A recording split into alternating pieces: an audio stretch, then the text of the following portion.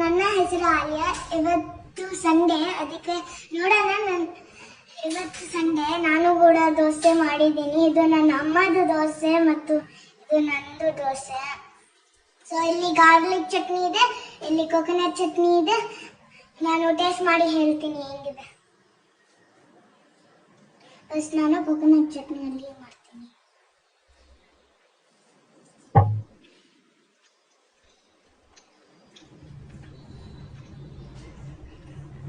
ಚೆನ್ನಾಗಿದೆ.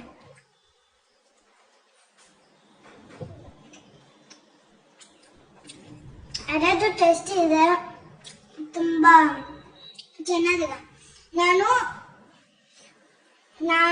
ನಂದು ಮಾಡಿದ ದೋಸೆ ನಾನು ತಿಂತೀನಿ ಗಾರ್ಲಿಕ್ ಚಟ್ನಿಲಿ.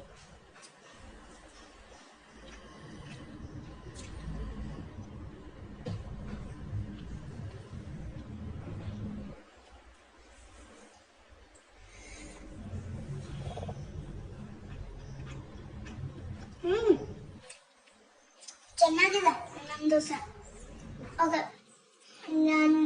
ಓಕೆ, ಬಾಯ್.